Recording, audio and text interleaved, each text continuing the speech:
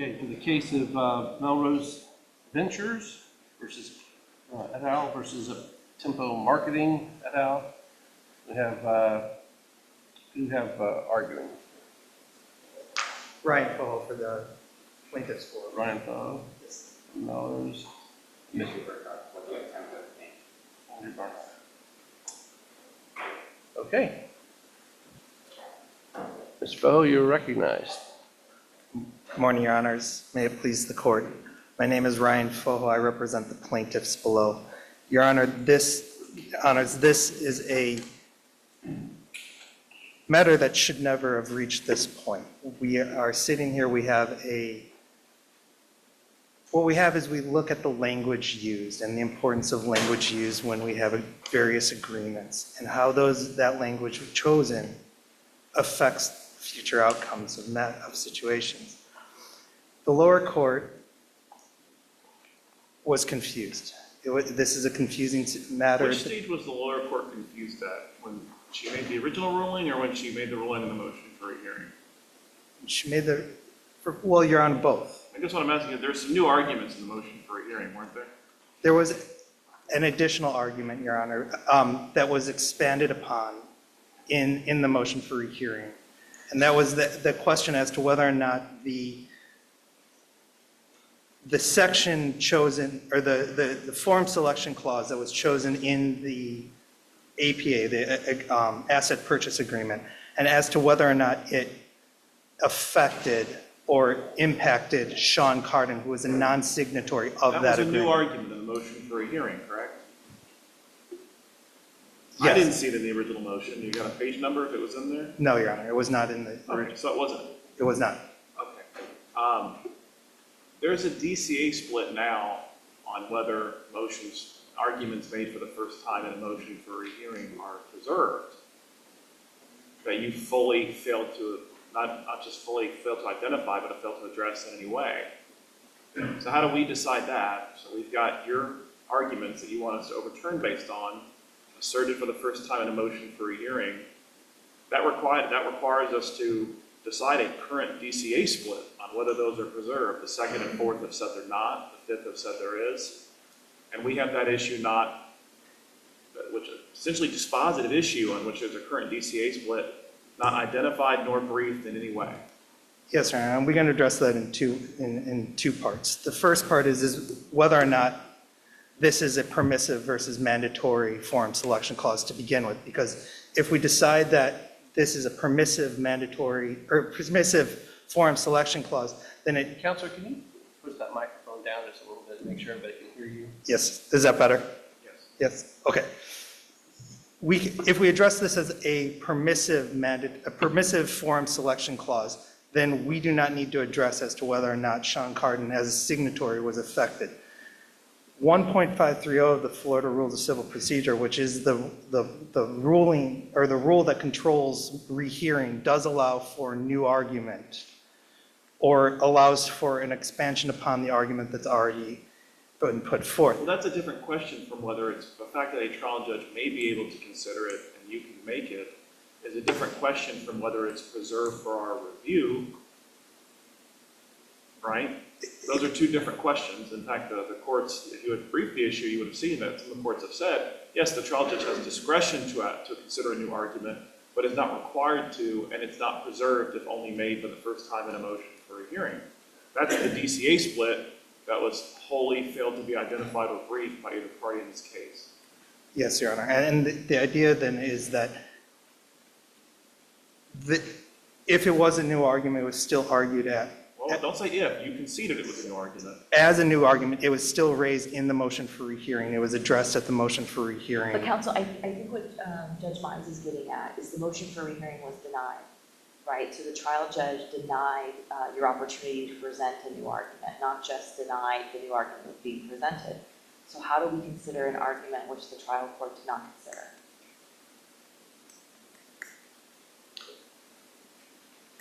Was it a strategic decision not to brief this issue? I mean, what was did you realize that it might not be preserved or hoping we would catch it? Or did you just not identify the DCA split that was potentially dispositive of the case? case. I'd argue, Your Honor, we did not identify the DCA split that would allow this, and simply moved upon the idea that with this new information, upon Mr. Cardin not being a signatory to this original agreement, that So should we decide a DCA split without any, in a case in which the parties have not given us any briefing whatsoever on which side we should take? I think Your Honors can look at the facts of the situation and make a decision according to how the sixth DCA should proceed in situations of this matter. I think that the issue by being raised in the rehearing and the motion for rehearing was preserved because we appealed both the denial of the rehearing as well as the decision to dismiss the matter. And through that process, it was in fact preserved for review. The idea, again, though, is that if we decide that this permissive form selection clause this form selection clause is in fact permissive, then we don't even need to get into the fact that the non-signatory signed and that this is a new argument presented at the motion for hearing. Counsel, do you want to start and talk to us about why you think it's permissive? I'd love to. Your Honor, this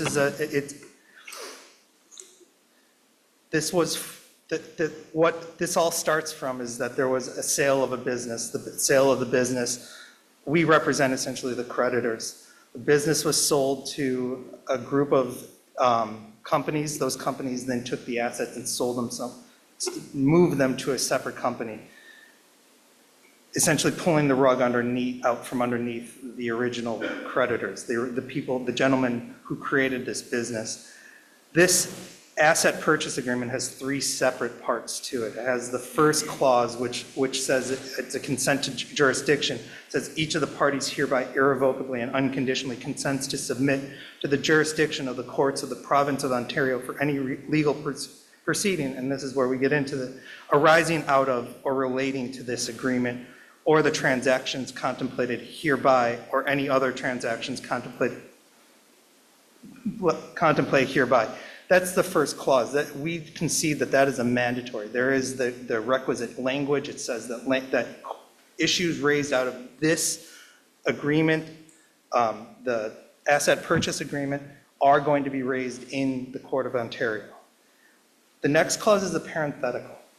It's reminiscent of math classes when we get into things like PEMDAS and what is being modified by the parentheses.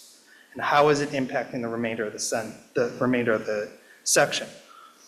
So I'm going to skip to the third part. The third part is also mandatory, and it basically says it waives any sort of argument, or it raises any sort of excuse me, I apologize. Any argument of inconvenient forum if it is raised in the state or the province of Ontario. Mandatory. The problem is that there's this permissive statement right in the middle. And the permissive reads that, and agrees not to commence any litigation hereto except in such courts. The question is the hereto. What does the hereto relate to? We have a given asset purchase agreement, and we said that if it arises out of or contemplation related to, it is going to be in the province of Ontario. This case doesn't arise out of this asset purchase agreement. It doesn't contemplate. It's an attempt to get paid for the businesses that were sold, to foreclose on promissory notes. This is one agreement of four agreements that follow.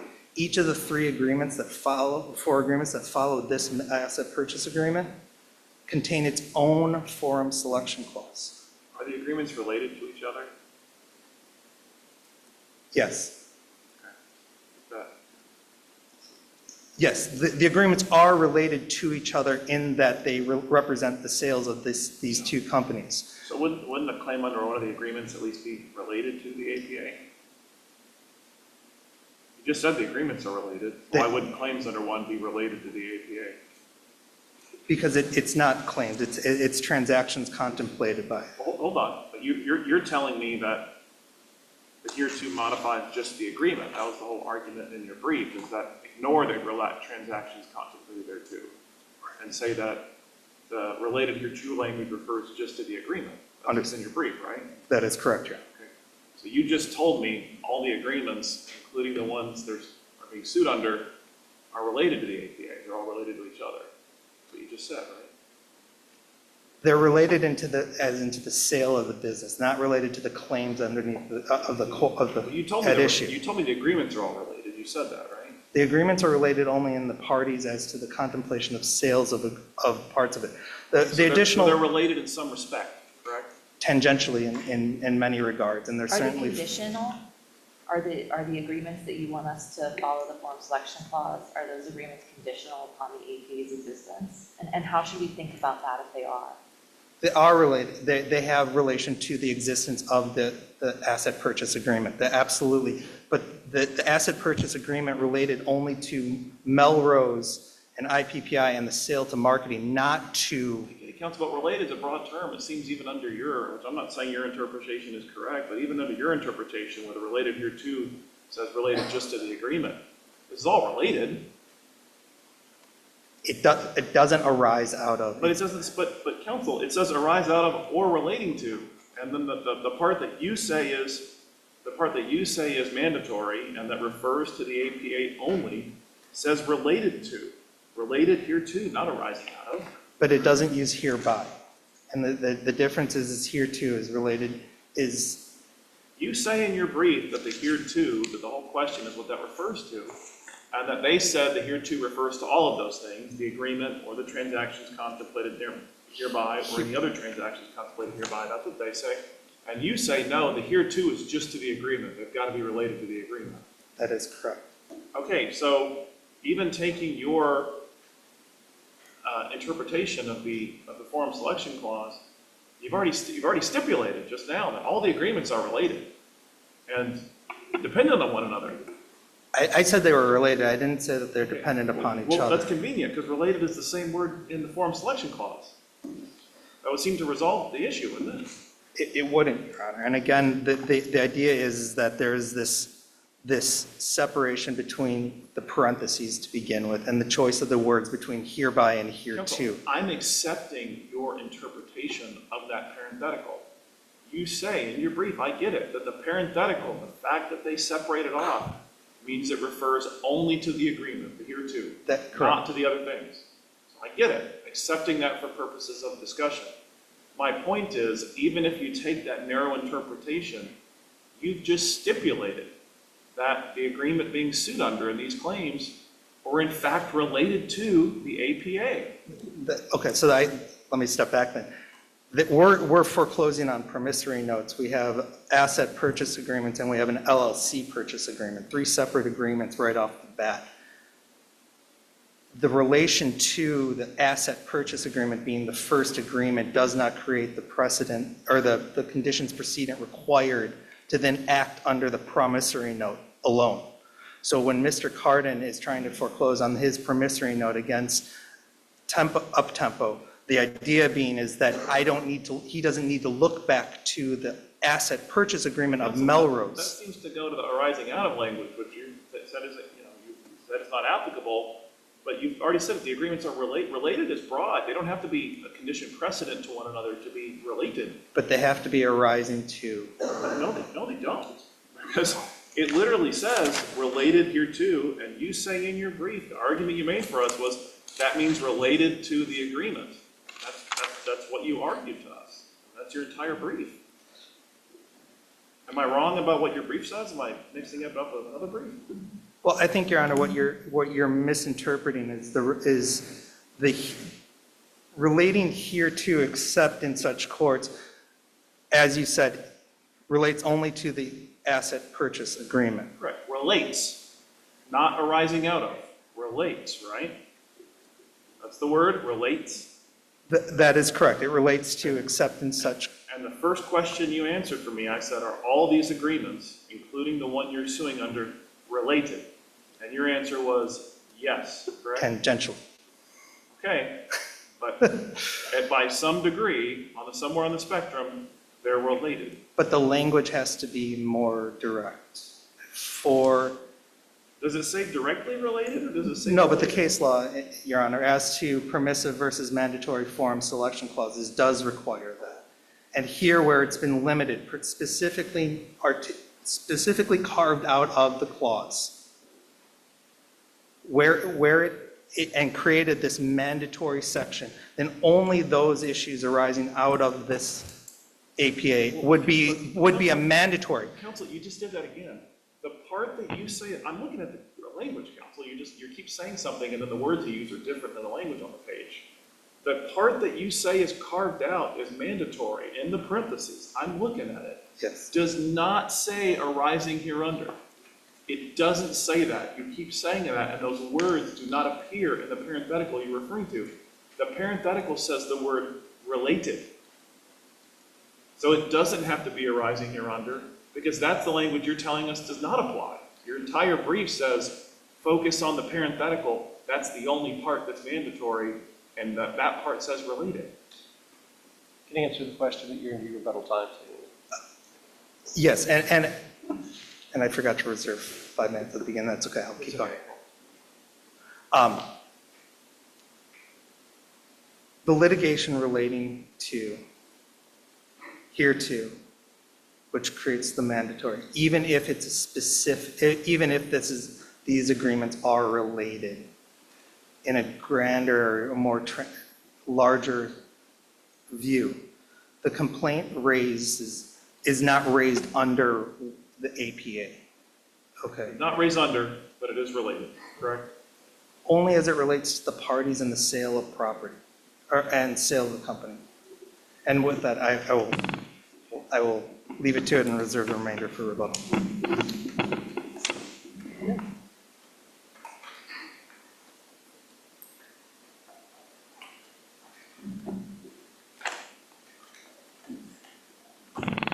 Judge Mize, Judge Stargo, Judge Nadella, may it please the court. My name is Andrew Bernhardt. I represent the Uptempo appellees. Mr. Bernhardt, let's start where we started with Sure. your colleague. Judge Mize raised a split in the DCAs on the issue of whether or not a motion for rehearing in a situation like this would preserve arguments that were raised for the first time in a motion that was denied by the trial judge. Who has it right? Why do they have it right? Where should we land? Well, that's a good question. I apologize for us not briefing that and neither of us catching that issue.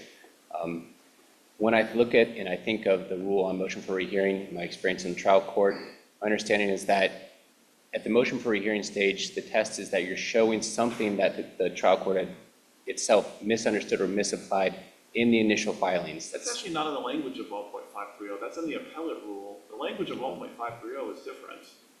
That may be, Your Honor, and I apologize again. I didn't brief it tonight. I can't recall off the top of my head. I think your question was, does this seem like a great case to make that split decision between the DCAs? I can't provide you much help on that, and I'm sorry for that. Counsel, you make a forum nonconvenience argument on a tipsy coachman ground, correct? Sure, I do. What factual findings do we need to go with you on a tipsy coachman ground on that? What would be the factual underpinnings of finding a forum nonconvenience dismissal? I don't recall off the top of my head. Judge Nadella, I think that it wasn't something that we briefed extensively. I think it was, like you said, a tipsy coachman issue, and I think I We briefed it, focused so on. it's fair game, counsel. It is, Judge Mize. I think I focused on the priority doctrine because that seemed to me a much more obvious conduit to go forward. You have this clear case in Ontario with all the parties except for Mr. Cardin. It's open, and that the test I understood from Garcia Granados, cited by opposing counsel, and the test from, I think it's Solistics, is that they have to show that the decision was clearly erroneous and that they'd be entirely deprived of a forum altogether. Since that's not the case, we have a prior forum that should be good. When factual findings are required in order to invoke a doctrine, can we make those findings for the first time on appeal and order the tipsy coachman on that basis? I don't think so, Your Honor, just the Does that mean we concept. cannot tipsy coachman the case? That argument is not one that we can affirm on? Well, I think that the tipsy coachman can affirm on priority because there But in was terms no, of the forum nonconvenience, that would require factual findings, right? it may, Your Honor. If that's the case, then you wouldn't be able to affirm on that. Does that answer that? I'm sorry, Your Honor. It does, counsel. Judges, I can think of, I think, 3 reasons why you can affirm today. The first is that, again, opposing counsel hasn't met his burden to show that there was a clearly erroneous decision by the trial court and that they were deprived of a forum altogether. Number 2, I think, scant case law provided by opposing counsel is inadequate for their argument. Mostly, I think they focus on Garcia Granados. That makes a distinction between when you use words like may, or you have two different forms. And then there's the case law that we cited, which talks about, I think, a pretty broad concept of when it's mandatory or not. And that's if it just provides one form, if it uses the word the, if it says submit. In our case, in our clause, we have multiple layers, I think, of mandatory language. There's the part one that opposing counsel describes, within or without the parenthetical. It's the word except, not the word may, the word not the word should. And under the case law cited, that means it's a mandatory provision. But there's a piece that I think opposing counsel missed, which is sort of what he refers to as part three. It's that waiver of objections part that's a little bit farther down the line. It's more inclusive. It talks about the other transactions. And under the case Signtronics describes that type of waiver language is also another indicator of a mandatory form selection clause. So it's not just the first part under dispute, but there's the second part which opposing counsel doesn't dispute in Signtronics. It seems pretty mandatory. That's what the trial court found.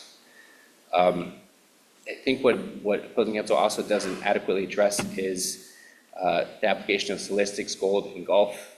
They again go through all these detailed versions of language that I think is pretty wide open about what becomes mandatory or not. I don't see anything really permissive in the language, again, in this specific clause. No may, no options for two fora.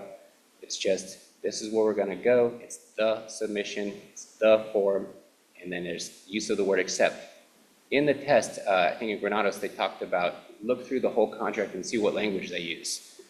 I did a scan check on our contract. I think they used the word accept some 70 plus times. They used the word may some 70, 90 plus times. In our clause, they used the word may, never. Not once, not a single time. So it tells you they knew what the word may meant. They used it plenty of times. They didn't want may. They didn't want permissiveness in this particular clause. They wanted that mandatory word accept and no, and then again a waiver of objections afterwards. I think that shows pretty dispositively under the case law that it's a mandatory clause. I think also, Your Honor, I wanted to point out that opposing counsel conceded in his reply brief two different things which are important. One, that this is the master agreement. The APA is the master agreement. I think he said that at reply page 6. That tells us a lot. He also said at reply page 12 that that the parties are inextricably intertwined. And I know there's a distinction between the parties being inextricably intertwined and the cause of action with the contract. But if we actually look through the contracts and we look at the cause of action, I think we see it's arising from, which would fall under Solomon groups, but it's also arising from and relating to, which is the broadest language possible. And there's 5 causes of action. The plaintiff altogether are in causes of action 1 through 4. They don't separate themselves whatsoever. The actual contracts that they're claiming on all refer to specifically the APA. And as Your Honor pointed out, Judge Nardella, the LPA has a condition precedent that the APA be complied with. All 3 of the other contracts, the GSA, the LPA, and the note, all specifically reference repeatedly the APA. And under the test from Satélites, Jackson, and Solomon Group, I don't see how you could possibly resolve these causes of action without saying the words and referring to the APA. You'd sort of have to read through each contract, close your eyes for every time it referenced the APA, and then read through the complaint, which repeatedly talks about the APA in at least 3 different allegations in 3 different paragraphs, and just, I guess, sort of hold your mouth closed and say, we better not talk about that contract that we can't name, because then that would make us all to be in a different forum. But it's impossible. The APA is absolutely the parent agreement by concession. The parties are inextricably intertwined by concession. And then all the contracts flow from each other. The master agreement, the APA, an LPA, which is secondary with Mr. Cardin, which references the LPA and his condition precedent on it, a note for payment for the APA, and a GSA, a security agreement, to secure the note for the APA. And we know that's true because the note itself in the preamble, in paragraphs 1 and 2, again says, this is money for the APA. And so Judge Mize, as you pointed out, it's arising from, which would be enough for Solomon Group.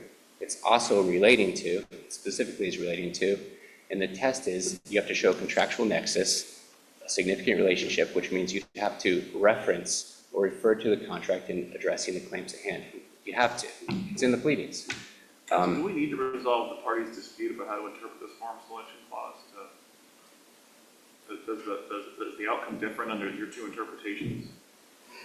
I don't think that they really do. I think even under a narrow version, like I said, Solomon Group in particular, I think has a narrow clause just arising from not relating to.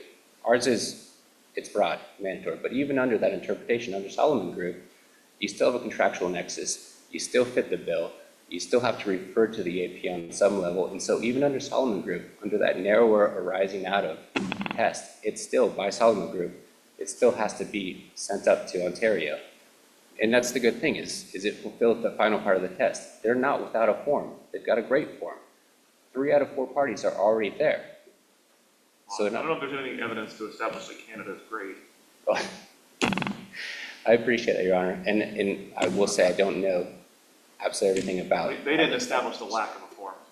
Exactly, Your Honor. The test is from Garcia Granados, I believe Solistics and Jackson. They have to show that the decision was clearly erroneous and that they would be deprived of a form altogether. I think that's what makes it, quote, unjust and unreasonable. And they haven't shown that. I don't think they've argued that on any level.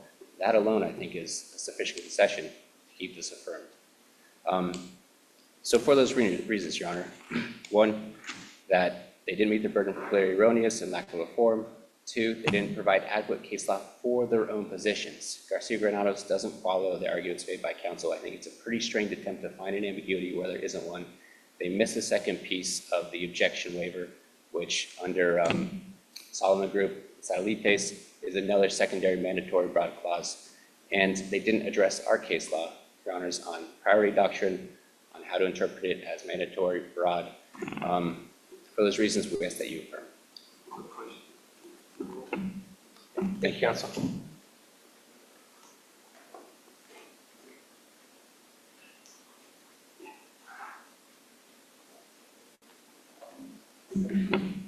Please the court. Your Honor, both the APA and the LPA, the LLC purchase agreement have merger clauses, meaning they are their own agreement, which separates the two agreements from each They're other. not related to each other? Because a merger clause says, you don't use anything outside of this agreement to interpret the agreement. So it closes off, using the 4 corners only to interpret the language. Correct. Does that establish in any way that the agreements are related, or is that a totally unrelated thing? I would argue that it makes them unrelated as far as. So I have 2 agreements, part of a transaction together. Correct. And both agreements say there is a merger clause, only interpret this agreement based on what's in the agreement. Correct. Don't use any extrinsic evidence or anything else to interpret it. And so even though that those agreements are for the same transaction, completely overlapping, the merger clauses mean they're not related? Yes, Your Honor, because it means that each contract stands on its own and within the 4 corners of Does each it of them. mean the 2 contracts that are effectuating related transactions are not related to each other just because they say don't interpret one based on the other? It would depend on the language, the rest of the language of each contract. In this situation, one is the sale of an LLC, one is the sale of asset Anything in the purchase. merger clauses say the agreements are not to be deemed related to each other? Give you a spoiler alert, they don't. In this situation. No, Well, in contracts. these agreements, you're right, Your Honor, but that doesn't mean, but the lack of language separating the two from each other also doesn't mean that they're related, as we're trying to say that these are 2 agreements that have to have each other. They don't rely on each other to be in existence. The APA can exist in and of itself. Do they have to rely on each other to be related? You seem to be saying like these aren't the same, they're not completely intertwined, one doesn't necessarily have to depend on the other. And those all seem to be much narrower concepts than whether 2 things are related. I think, Your Honor, in the realm of contracts and relations and the sale of business, yes, in this situation, they're not related as to. How would you define related then? I would have a closer nexus, and there would have to be some sort of transfer of goods or a similarity of parties. There's not a similarity of parties, not in these agreements. So when you say, you didn't say identity of parties, so presumably that means they don't have to be the same parties, that's similarity of parties. what would be similarity of parties? I can understand what are identical parties. You said similarity of parties. What would that be? Well, I think, Your Honor, that within the realm of contracts, you can have parties that are, I guess I would say I misspoke and say not similarity, but identities of parties. Okay, so two agreements can't be related unless they have the same parties to them? They have to have more than just the identity of parties. They'd have to have the same collateral, for example. But the identity of parties is not sufficient but necessary. At a minimum, they have to have the same parties to be related?